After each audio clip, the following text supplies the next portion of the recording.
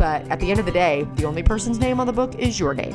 And there's a whole team of people who are giving their heart and soul and their work to bring forth your words. But at the end of the day, it is your name on the book. And you have the responsibility, you have the privilege, the right to make sure that it's where you want it to be. Welcome to Let's Be Real, a completely honest, entirely practical conversation about how to live our lives with freedom, purpose, and abundance. Popular author and communicator Nicole brings her 20 years of experience as a counselor, pastor, and coach to a real conversation about the tricky questions and tough decisions in life, and how to find clarity in action no matter what obstacle you may face. Have a topic to suggest or a tricky situation you need help with? We'd love to hear from you. Send us an email or voice memo to Nicole@NicoleEunice.com, where we might feature you on the show. And now here's your host, Nicole Eunice. Hello, my friends, and welcome back to the Let's Be Real podcast. This is episode 26, and this is part 2 of a series or a little session that we started in episode 24, which was about how to write a book. This is one of the questions I get asked really more than any other question. So even though I am in no way an expert, and there are plenty of other places for you to go to find resources for your own publishing journey, I did want to at least offer my own personal story and experiences of publishing in the hopes that I can encourage you, maybe give you some practical wisdom, and of course, be very real about what it takes to take on this journey of publishing and if it's right for you. So we're going to continue that. If you haven't yet listened to episode 24, I would encourage you to go back and start there, because that's really the heart and the why behind why you would pursue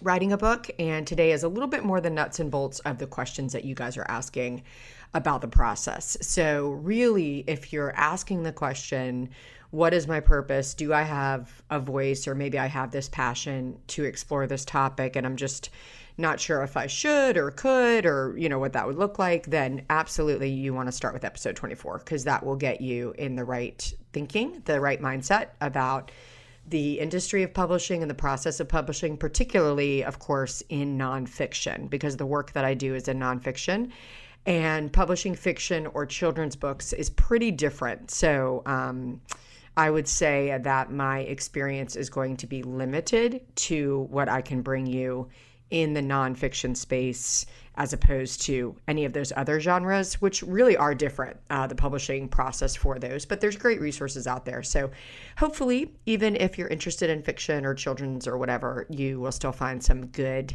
stuff here to help you along the way. So today, as we continue this conversation, I want to start with a story about the day I almost quit writing before I was even published. I was about 3 years into the journey of really seriously pursuing the work. I would call that like my training. I was in training to be a writer. And I was doing all of the things that I knew were in my control to do to get myself in a position where I might be able to write. I had, kind of worked through what my voice was. I had gotten feedback on that. I also had an agent by this time, which I'm going to talk about in just a moment. Do you need an agent, and how do you get an agent? I had an agent at the time. I thought we had a good idea. I had an idea that I had tested out, that I had taught before, stuff that really felt like was the center of my passion and my heart, and felt fresh and relevant, and all of that I kind of had to do, that we talk about in episode 24, all that work to figure out what is my voice, what is the problem that I'm trying to solve, what's the questions I'm trying to answer, who are my people.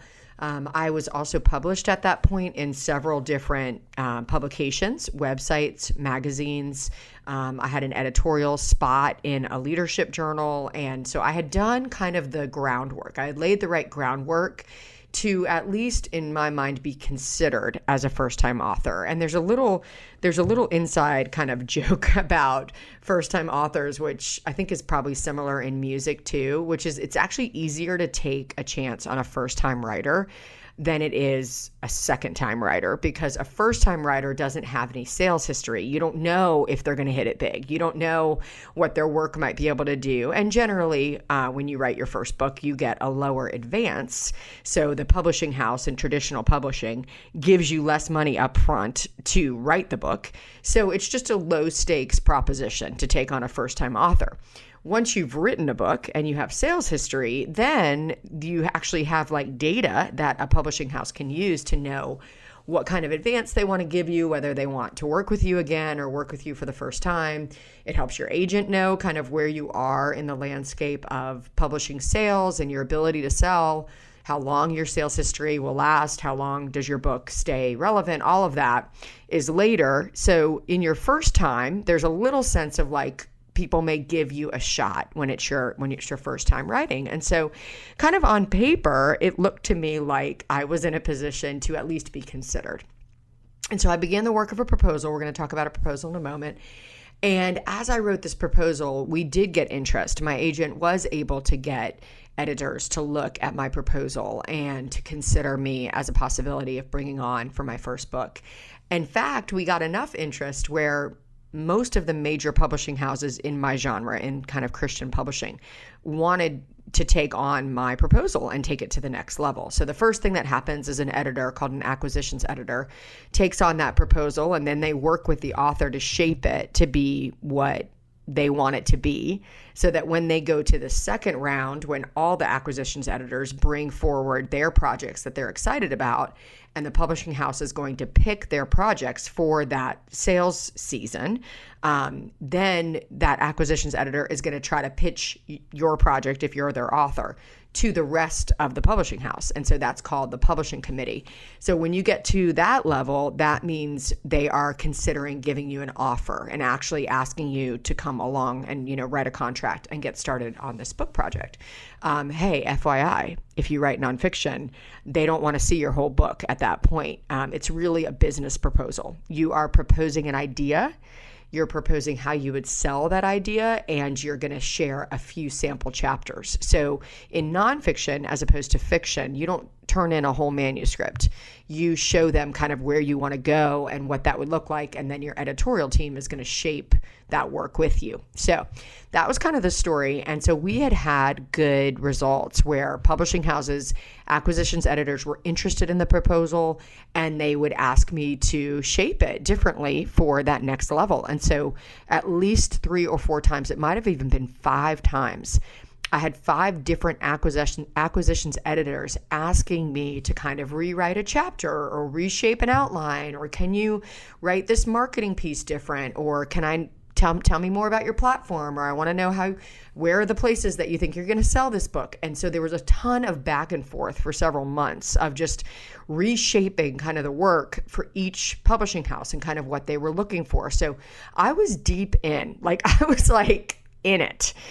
And I would get my hopes up, and then it wouldn't come through, or it wouldn't be quite right, or they wanted me to have a bigger platform. And so I kept on getting kind of to the last step and then getting rejected.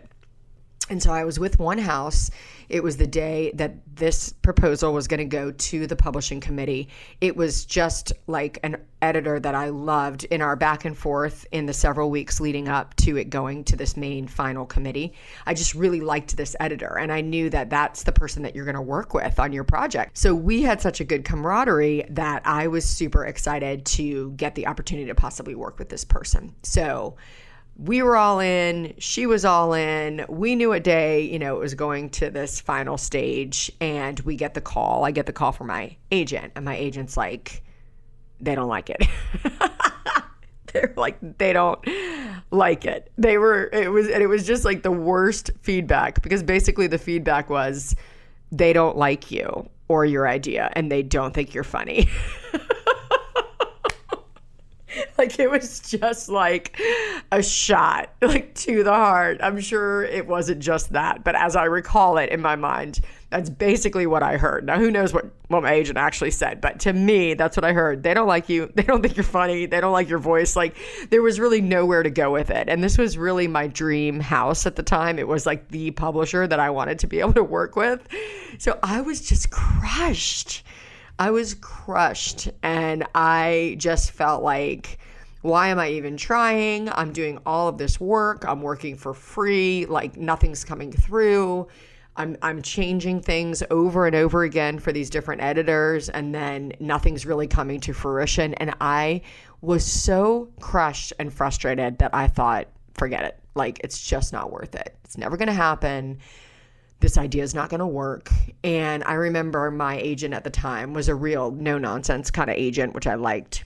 And she said to me, you need to figure out what you're doing this for and take a few days and call me back. Like, basically was like, get your act together, decide if you want to do hard work, decide if you want to persevere, and you let me know. Because as I thought about it, especially now when I think back on it, the way the agents are paid, they're paid on commission. You don't pay them to work for you. They get a portion of your advance and all of your royalties moving forward from there. And so they're taking a risk on you too. That's why it's a big deal to get an agent, because they're taking just as big of a risk as you are, because they are not making money on you until you are making money. And when they put out themselves and kind of work on your behalf, they're only going to get a commission for the contracts that you land. So it was good and right that she said to me, hey, get your act together and let me know if you want to keep doing this, because she was working hard too. So I kind of like licked my wounds and cried a little bit and called my tribal council of great friends and got the encouragement that I needed, and remembered again all the things I said in episode 24, remembered again what I was doing, why I was doing it, who my people were, what problems did I think needed to be solved in the world, and I just got back up and kept going. And as it turned out, what I feel like God really had for me was completely different, in the sense that when I did finally land at the publishing house that I am still with, they had such a strong belief in my voice and a belief in my work, not just for one book, but for all subsequent books and all the subsequent projects we've been able to do. And that's not everyone's story, but that had I landed at the wrong place with that first work, it could have totally changed the trajectory of my publishing, not for the better, for the worse. And now I can look back on it and see, yeah, it's just like people say, you know, when a door closes or when you get rejected, like, what can you learn from it, and how can you trust that there is a reason that is not coming through. There's a reason that that's not the right time or the right place, and learning to let that go and take a day or two to cry or get angry or lick your wounds or whatever you need to do, and then kind of getting back to it because of your passion for what you want to do and why you want to do it. Not just because you want to be successful, not just because you want someone to validate your writing voice or your ideas, but because you really want to serve the reader. You want to serve your people. And that moment where I really wanted to quit before I even started, I still look back on that, and it gives me this visceral reminder that it's worth it. And that as I venture out into new projects and new things that I'm doing now, you know, so many years, really 10 years later, I can look back on that and say, yeah, I mean, there are times in our lives, no matter what, even if you're not interested in publishing, but you're listening anyway, there are times in our lives where we do get kicked. We just want to give up. And that is a moment where I think our passion can be really purified. Our purpose can be purified, because we kind of step back from what we're doing and ask ourselves a question: what is this all about? And if we found ourselves going down a track that we don't really want to be on, it's often in those moments of rejection or in those moments of setback where we may realize, I've been fighting for something that I don't really want. And I need to release that. I need to let it go. I need to let it be what it was for the season that it was. And I need to release it so that I have space for what God wants to bring, what goodness he wants to bring into my life. If I keep on holding on to something that is DOA, like is already dead on arrival and is not the right direction, then those moments where we kind of get that setback is a chance to say, no, what is this really about? Why am I really doing this? Whether this is a business that you're building, a relationship you're in, a project that you care about, a ministry you want to do, whatever it is, what am I really about, and why am I about that thing? And when I took those moments, those days to do so, I realized I did really care. about the people I wanted to reach, and it was worth trying again. And that kind of kept me now on that path. Many, many other setbacks along the way, lots of obstacles, but it did give me that drive and determination to keep going, not because I just wanted to win. I just wanted people to like me in the publishing committees, but because I believed in my reader and I wanted to be in the right place. So that was a super helpful season and moment along the journey that gave me, I think, the fortitude to continue to go. So I want to answer a few questions now that we've kind of kicked into that story of like, oh, hello, this is really hard. And I want to answer a few questions that maybe are a little bit more of the nuts and bolts of publishing and questions that you guys ask me. So the questions I want to answer are, do I need an agent? What about self-publishing? What's a proposal? Actually writing? And then finally, all the extras that come with authoring. Hey everyone, I know you have a dream that you want to bring into reality. We all do. Your dream right now might be finding that right job. It might be finding that right pattern in your life. It might be connecting deeper into your purpose and experiencing more freedom in your life. And if that describes you, or you sense a nudging toward a transition that's coming in your life, I want to invite you to check out my free workshop on finding your purpose. This 30-minute interactive session takes you a little deeper into that crucial first step that you need to take and gives you a window into what it looks like to join a coaching group designed to help you bring your dream into being or take it to the next level in your purpose. You can sign up for this free workshop at NicoleEunice.com/findyourpurpose. Again, that's NicoleEunice.com/findyourpurpose.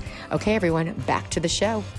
Okay, so let's talk a little bit more about the nuts and bolts of the questions that you guys are asking, the kind of tools in the toolbox when it comes to what you need to take this publishing journey, particularly when we're talking about traditional publishing. So I'm going to talk about self-publishing as well. But if you're pursuing traditional publishing, one of the questions that often new authors ask me, or writers to be ask me, is, do I need an agent?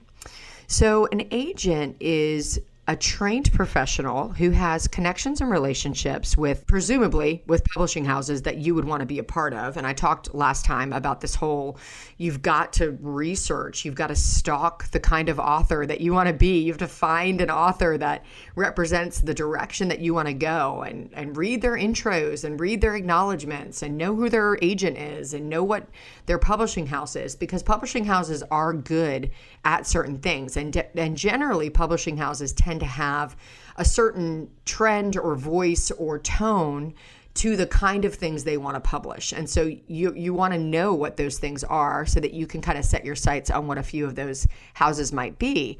And what a traditional agent does when it comes to that kind of publishing is they have those connections and relationships with those publishing houses. And they really are representing your interests in settings that you yourself may not be acquainted with, may not be prepared or educated to show up as your best self in. Now, you do not have to have an agent, although some of the more prestigious houses won't even accept proposals if they're not coming from agents. So the agenting idea, the agenting process is really kind of that first step, because it means that there is a professional in the business who believes in you. Now, you have to do your homework. You want to make sure that your agent is reputable. You want your agent to be publishing authors that represent your genre, or people that you would look up to in your genre. Like you want to look for those kind of agents, because if your agent is landing deals with, let's just say, for the sake of the example, let's just say that you are in the interior decorating space and you have this passion to make decorating a room in a week easy, and you have a whole platform around that. And so like your hero is Joanna Gaines. Sometimes you probably are super envious of her, let's be real. But like most of the time you're like, if I could have a life like Joanna Gaines, that's what I would want. And so you start to read all of her books, you understand her voice, you look at her acknowledgments, you see who her agent is, and you're looking for an agent. You're like, my agent publishes Joanna Gaines. That means that your agent is in the room where it happens. She or he is in the room with the kind of publishing house that you would ultimately want to be with. And so that would be a great example of the kind of agent you'd be looking for. You'd be out there like, who do they publish? Do they publish in my genre? Do they have authors who have bigger platforms than me or more established that are in my sort of genre of writing that I want to be able to do? And on those websites, you'll see that agents will sometimes accept proposals. Sometimes you have to meet them at a writing conference. Sometimes you have to be referred to them. But don't give up if you don't have any connections. This is all part of the process.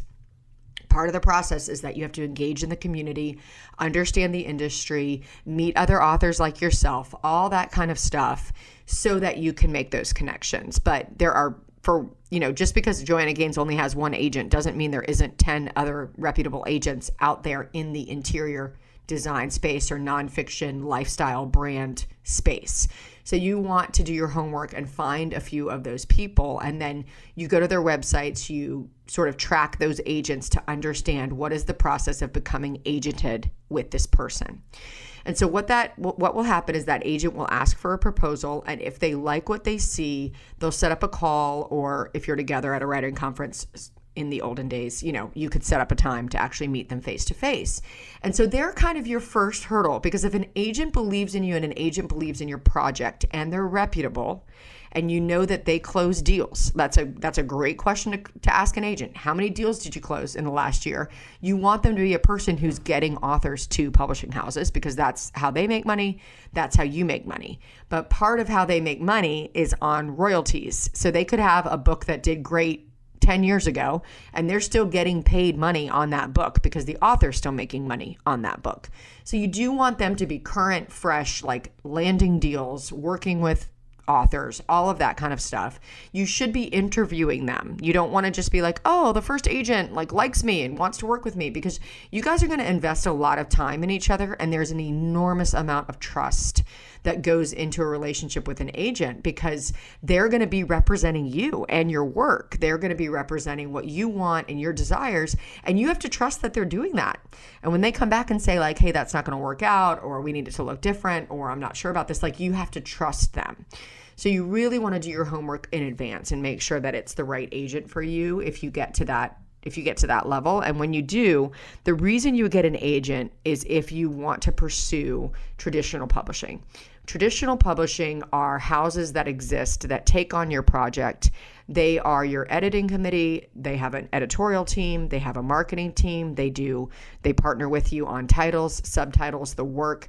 They are your distributor. So they're the one who actually distributes it through booksellers, Amazon. They have a sales committee. They're out there promoting your work, and they provide you publicity and marketing teams. That's what traditional publishing is doing. They also write you a check. This is an important difference between traditional and self-published. A traditional publishing house writes you a check on spec, meaning they are forecasting that you're going to be able to sell books, and they write you in advance on how many books they think that you're going to sell. If you outsell your advance, you then start making a royalty fee. So that's a structure. It could be 18%, 22%. You're going to make money on books that sell. So books is a bet. A traditional publisher is making a bet on you. They're saying, hey, it is worth it to us to write this girl a check for X amount of dollars, because we believe that when this book comes out, we're going to be able to recoup our money. Now, the difference with traditional publishing is if they take a shot on you and they give you an advance, and you don't earn out the advance, meaning you don't sell as many books as they expected, you don't owe them money. They hired you on contract to write that book, so you don't owe them money. Now, it's not great for your publishing journey. It's not great for your reputation or your future if you can't earn out a book. You really want to be able to earn out a book. And I wish I had the stats on how many traditional nonfiction books actually earn out their advances, but I don't know that. People are super squirrely about sales numbers and for all that stuff so we're not even going to get into that today. But just so you understand how the process works, a traditional publisher is going to write you a check. Now, it might be a small check, but they're going to give you money in advance for you to write that book, for them to have the rights to that book, and then they're going to come alongside of you to sell that book. And if that book sells better than your advance, then you actually also make money on that book. So this is the really sweet part of publishing, like really sweet, is if you have a book that does well, even nominally well, a book that continues to be relevant, a book that continues to be helpful, you will keep making money on that book, even if it's a small amount. So I wrote She's Got Issues in 2012. It was published in 2012. I still get a royalty check on that project.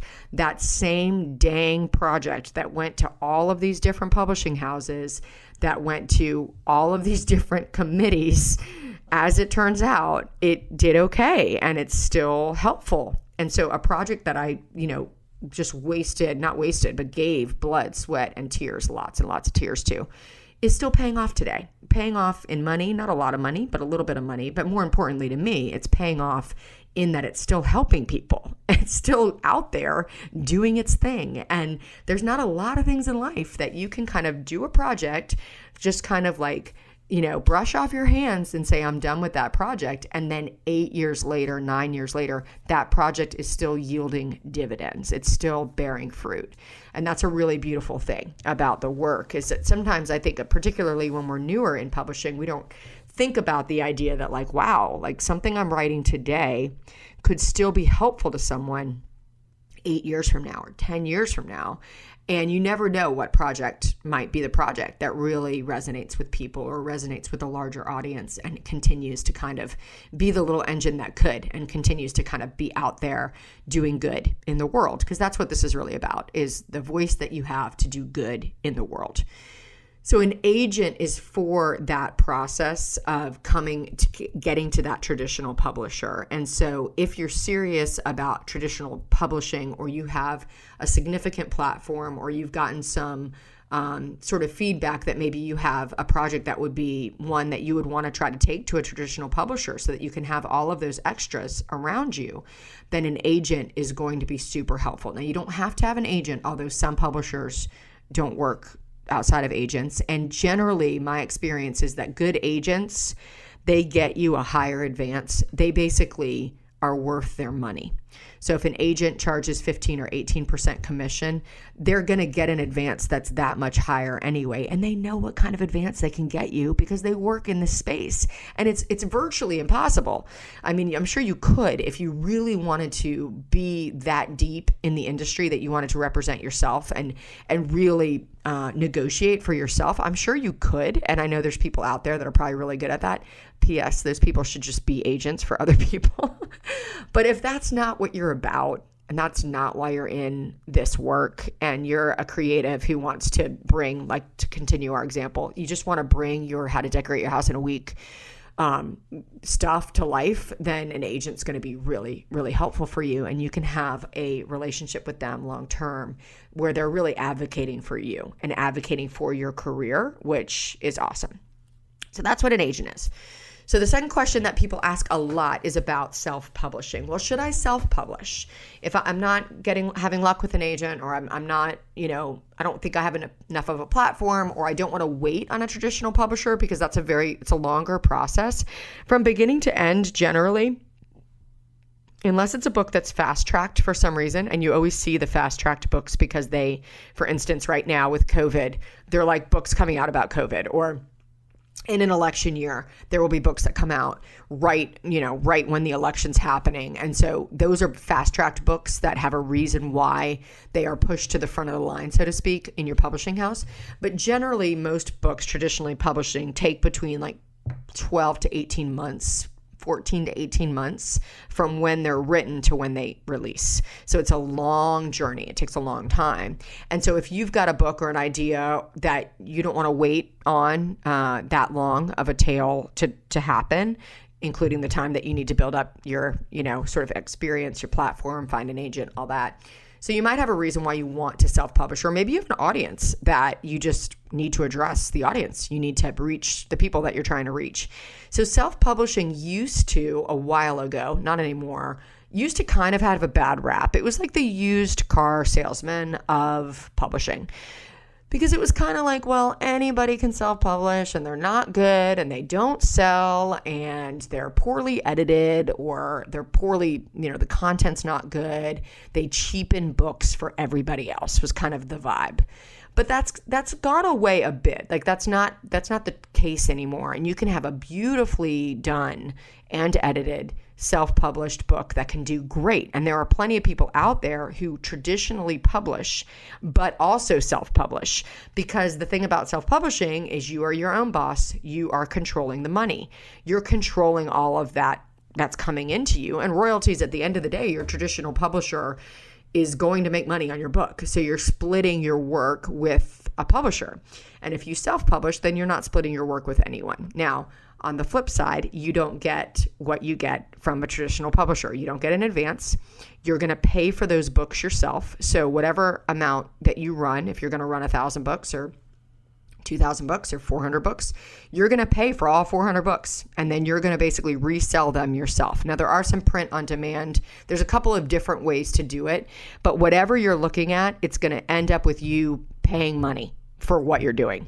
And then you're making a bet on yourself that you're going to be able to recoup that money. So in those early days of my own publishing, I at the time was leading a ministry, and we were doing a Bible study, and I just wanted to take the opportunity that I had to write a Bible study and go ahead and design it and print it and let it be something that people could put in their hands. So I had an audience and a problem that I wanted to solve, and so I wrote a Bible study really just for the purposes of that ministry, and we published it for that ministry, and people purchased it because they were in that ministry. And so I kind of had like a nice built-in audience and a reason to publish something. But what I didn't expect was that it got a little bit of traction in that people talked about it. They asked if they could buy it. I sold it on my website because other people wanted it. In my denomination, in my family of churches, other people in the denomination found it and liked it and wanted to use it. And so it just got a little bit of traction. And the beauty of that, and I think probably in the life of that book, that little Bible study, we probably sold 1,000 copies, maybe 1,200. I had a little printer in town in Richmond who was willing to just print them as needed. So I would print, 100 at a time. So I wasn't outlaying all this cash. I was really only keeping enough of them for the people that I thought would want them. So I didn't have to do this big outlay of money. And what happened though was that was enough traction to get my publisher interested. They weren't interested in publishing that project, which was interesting to me because I thought, well, wouldn't you just want to publish this Bible study? But no, they didn't want to do that. But they liked that I had the ability to sell that many copies of something that I wrote myself. I think that gave them a little confidence with my smaller platform that I could be successful, or whatever advance they gave me that they could I was a good bet to take. So in the end, it actually was very helpful to me that I had self-published something. I did publish it for a reason and with a purpose to solve a problem. And if you are going to do self-publishing, remember that book's going to live now. Like, it's going to live out there.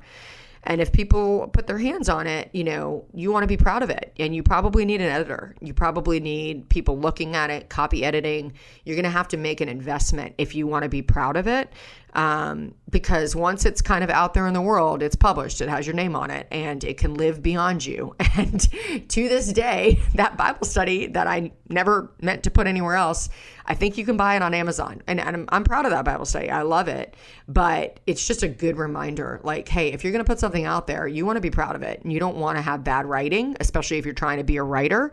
So make sure that you invest in editing if you're going to self-publish, because your self-publishing house is not necessarily going to be invested in your project. They're making money off of you. You're putting your own money in. They're not putting money in. So, you got to understand that they're in it. They don't care. Generally, some places might be a little different. I'm a little bit dated in my knowledge of self-publishing, but most places want to make money off of you. So if you want to write a book about how to teach dogs to ride bicycles, they're going to publish it. Whether or not you can actually teach dogs to ride bicycles, they're still going to publish it. So make sure that you are savvy and that you are researching and asking other people who've worked with different self-publishing houses. Like, make sure you understand, because you know what? People will be giving you promises that they can't keep. And you want to hold them to those promises. You don't want to fall for someone telling you about what they're going to give you and how they're going to do it. Get them to commit. Get it in writing. Make sure you understand what they are telling you they can do for you for the amount of money that you're giving them. So just a word to the wise on that. It's a wild west. So you got to be savvy. Okay. All right. Okay. Are you still with me? Here we go. Next question. What about a proposal? Okay. There's plenty of resources out there for how to write a book proposal. Oftentimes your agent, if you do end up with an agent, will want to make your book proposal in a certain format that matches their agency. So you don't want to be too caught up in your beautiful, amazing, perfect proposal, because they're going to want to make it look like their agency at that point. But you've got to get started, right? You got to show them something. Make sure you spend a lot of time on a proposal. This is your first impression. This is when people are going to understand who you are, what you care about, and how good and how serious you are about the work that you're going to do. So you do not want to go halfway on a proposal. It would be better to take longer to get a proposal to where it needs to be than to turn in something half done, kind of shoddy with, Lord have mercy. If you want to be a writer and you turn in a proposal with a typo, just don't. Just decide you don't want to be a writer. You've got to pay attention to details. You have to skim and scour everything you do. Make 18 people read it before you turn it in. Print it out and read it through before you turn it in. Make sure it's formatted properly. Make sure it's professional. Make sure it looks really good. Make sure it's readable. Leave white space on the page. All those things. A proposal is the impression that you are giving. Think of yourself as a business. You are a business in it of yourself, and you are going to go to venture capitalists. You are going to investors to ask them to invest in your business, to take a chance on your business. Would you show up if your business was words with typos in your business proposal? No, you would not. Would you show up with bad grammar? No, you would not. Get help if you need it, but you've got to make sure that you're putting forward your best foot forward, absolute best foot forward. There are proposals on the internet you can look at, but generally a proposal is going to include a synopsis, kind of who you're looking to reach. It's going to include a synopsis of what the book is going to be about and the promise of the book. This is, again, nonfiction. It's going to include a detailed chapter outline. So it's going to tell me what each chapter is going to be about, the name of each chapter. It's going to include a marketing plan. This is how I am going to sell my book. This is how it's going to work. And it can't be I'm going to sell my book by getting on the Today Show, because your agent or your publisher is going to be good, tell me about the last time you were on the Today Show. You have to be realistic with what you've done in the past. And if you have any sales history, any speaking history, they're looking for numbers. They want to understand, how many people do you get in front of? Let's say you're a regular contributor to a website that has 1 million hits on the website a month. Well, great. That's a great thing for your platform. You could be regular contributor to XYZ website with 1 million hits per month. If you speak at a conference, then how many people were at that conference? If you your own website, what's the traffic on your own website? How many people follow you on socials? All of that kind of stuff is going to be, you're going to show them, this is my platform. That's what a platform is. It's how many people do you get in front of? How many people are listening to your voice in even the smallest way or a big way? That might be your email list, is kind of your big way. People who are really invested in the work that you're doing. So you're going to need time to do that. You're going to write a bio. You're going to talk about where you might be able to sell this book in the sense of conferences, speaking engagements, articles you could write, podcasts that you're connected to, all the kind of places that help your publisher, again, your investors in your business. They help your investors understand why you're a risk worth taking. Why are you a sure bet? Why are you a win? And an agent's going to help you a little bit, but remember, the first person that you have to win is your agent. They need to know that you've thought this through, that you understand the industry, that you have a voice, that you have a message worth talking about. Now, at the end of the day, and the nuts and bolts of coming down to the content and getting your book smooth and readable and all of that, you're going to have help with that, but you really do need to have a compelling voice and a compelling problem that you want to solve or a question that you want to answer. So that's going to go in the proposal. And then the last part of the proposal is going to be usually 3 sample chapters. It doesn't have to be the first 3 chapters, but it needs to be a significant amount of writing. So usually 30 pages of a book that you would write. So for many of us, that means We've written a lot of the book before we get to the publishing house. For some, you might not have written that much of it, but you're going to need to know kind of where's this book going? Like, how am I going to write it? And what's it going to be about? And usually you can tell if you have something to say if you can, like within the first 5 to 10 pages of writing. You may get 5 to 10 pages into an idea. I've had many ideas that I've discarded over the years, many different book ideas. I get going in them. I write a detailed chapter outline. Maybe I struggle a little bit there. Then I start going to actually write it. And I realize, this isn't exactly what I want to say, or this doesn't exactly have enough meat or enough intrigue or enough juju to just keep going on it. And that's a gift when you realize that, because let me tell you something. If you're going to write the thing, when you get to the actually writing the thing, you're going to have to love this thing like your baby for years. You're going to have to want to repeat what you wrote in that book for years and years. You're going to have to give. It's like, imagine if you were Vanilla Ice and you wrote Ice Ice Baby. And 25 years after you wrote Ice Ice Baby, people still want you to sing it. That's what a book's like. Like, you've got to want to sing the message of that book for years and years and years. So you want to really be passionate about what you wrote about. You want to feel like it's a topic that you could talk about forever, because you might be talking about it forever. God willing, you will be talking about it forever, and people will be learning and growing from you forever.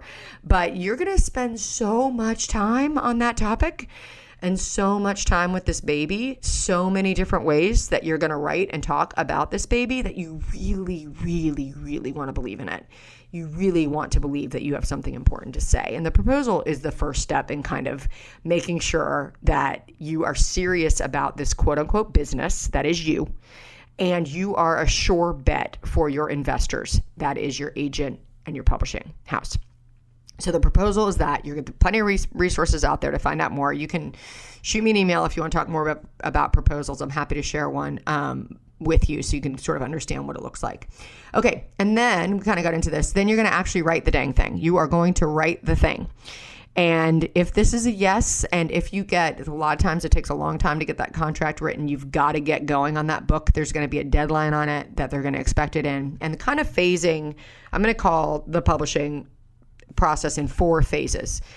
So the first phase is that you write the book. Like they do want you to write it, and they give you some money, and they ask you to write it, and there's a deadline on it, and they won't pay you all the money until you turn it in, and they have to officially accept your manuscript, which means it's got to be in pretty good shape when you turn it in. It can't just be like gobbledygook. It can't be, half the amount of words that you said it was going to be, or twice the amount of words that you said it was going to be. It needs to be like in the space where it was supposed to be. Generally, a nonfiction book is 60 to 70,000 words, and they're expecting you to turn that in. And this is the part that shocked me when I got my first contract. Nobody cares about the 70,000 words until you turn them in. Now I know that if I'm struggling, I can reach out to my editor and we can chat about an idea or whatever. But in general, they want you to go ahead and write the dang thing. They don't want you to send them a chapter at a time. Like, you need to write the whole thing and turn it in, and then give your editor a month to read it and understand where you're going. And so at the end of the day, there's so much more to the publishing process than that moment in the whole 18 months where you're writing the actual book, because you're going to turn in a really great first draft. It's not going to be a final draft. You're going to look at it again and again and again with your editor. So you want to do a great job. You want to complete the work. You want to give them your very best, but know that there's a long process after you turn in that manuscript, and it's going to be hard, and you're going to have to be very focused. You're going to have to know how to be a diligent, disciplined person. So all of that is going to be happening. And in the midst of that, you will get to the end and you will turn that thing in, and you will get a little bit of a break. And then the second part of the publishing process is going to be that editing. And your editor is going to engage kind of on a high level. Does this make sense? Does it flow? Does it connect to your original problem that you want to solve, or question that you wanted to answer? And they're going to give you a lot of feedback, like a lot. And that's a really important part of the process, is the being humble and willing to really engage with, and hopefully, God willing, you have an amazing editor, as I do. And then you're going to kind of start this dance back and forth where you're doing the editing of awkward sentences that don't make sense, pieces that are out of order, or suggestions that they might have about how to make this more clear, places where there needs to be different research or different citations, or you need a different story, or all of that kind of stuff. And you're going to go back through that whole thing and engage with all of those queries, all of those places where it might need to be different. And then after that, after you've gone through all of that, then the book goes through another round called copy editing, which is when it kind of gets set in the book. And that's all the spacing and spelling and grammar and just a new fresh set of eyes that are making sure that there wasn't anything missed in the back and forth with you and your editor. And that's a really important part of the process. And not all publishing houses necessarily do this, but you can ask for it. After all that, when it's really, really about to go to print, you can also ask to get the galleys, which means that's the actual book typeset into how it's going to look in the book. And I started a process of actually asking for the printed galley. I want it to be the very last set of eyes to see it in print, so that if there were any mistakes or any typos or whatever, if it was on me, that I knew that I had signed off on it. And that's a little bit control freaky, but at the end of the day, the only person's name on the book is your name. And there's a whole team of people who are giving their heart and soul and their work to bring forth your words. But at the end of the day, it is your name on the book. And you have the responsibility, you have the privilege, the right to make sure that it's where you want it to be. And there is a lot of concession and compromise when you work with a publishing house. What I've learned is they're usually right, and it's good to listen to them. But along the way, you still want to be able to partner and be a good team member in all the different thousands of choices that come alongside of a book project. And part of that for me is being able to say, like, I want to see that last copy. Like, I only need to see it for one day. I'm going to get right back to you, but I want to put my eyes on these words set in the place that the printer is going to see them before we send it off. So that's kind of that next stage, is that it then goes to print.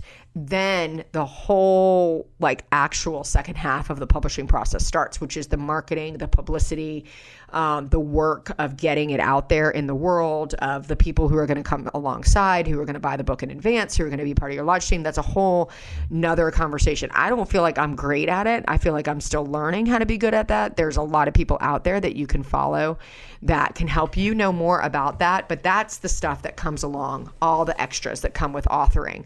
Where are you going to talk about this book? What publications are you going to speak? Have you set yourself up with a brand that allows people to find you as a speaker? Do you have content or coursework or consulting that you do because of the work that you do, because of the ideas that you brought into the world? All of that comes with it. A book is just a vehicle for an idea.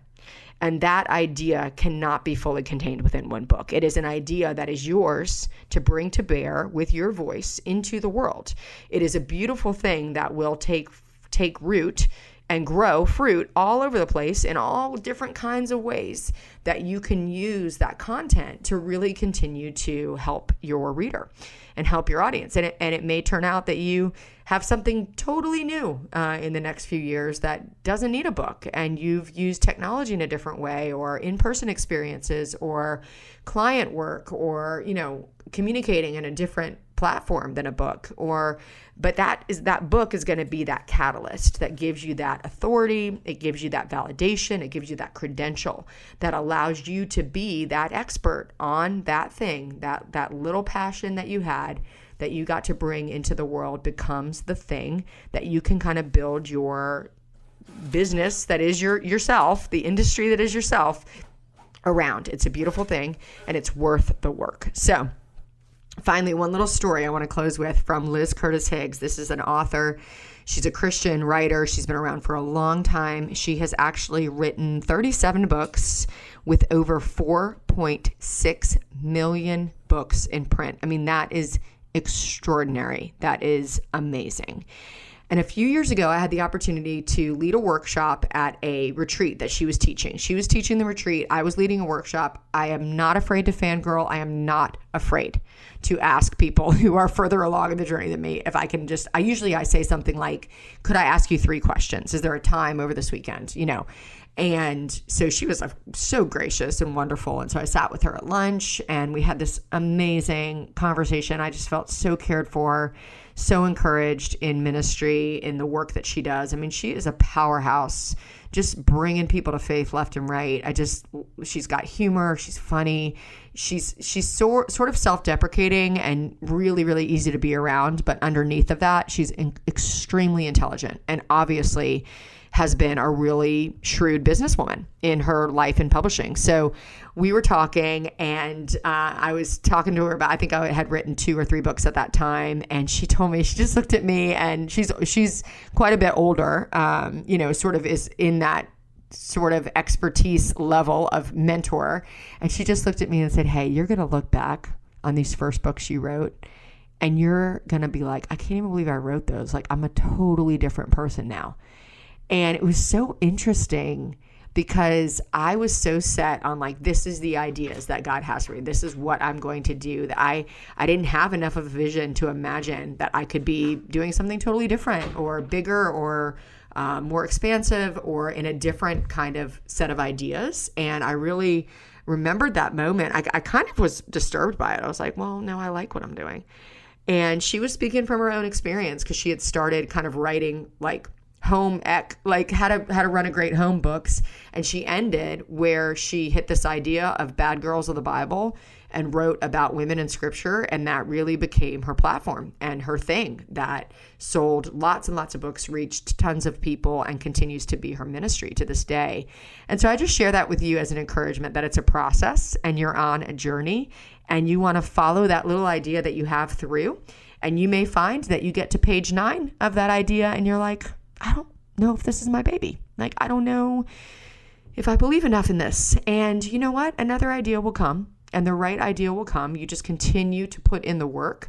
Or you may have this passion and this thing that's just your heartbeat. It's been beating in you and you're just going to persevere and stay the course. And even so, even if that becomes your first book, God still might have something bigger and more expansive and different for you down the road. You can just trust the process. Take the right next step, put in the work, do your research, find your people, and just don't quit. All right, you guys, thanks for coming today. I will talk with you next week. Thanks for tuning in to Let's Be Real with Nicole Eunice. We'd love to hear from you.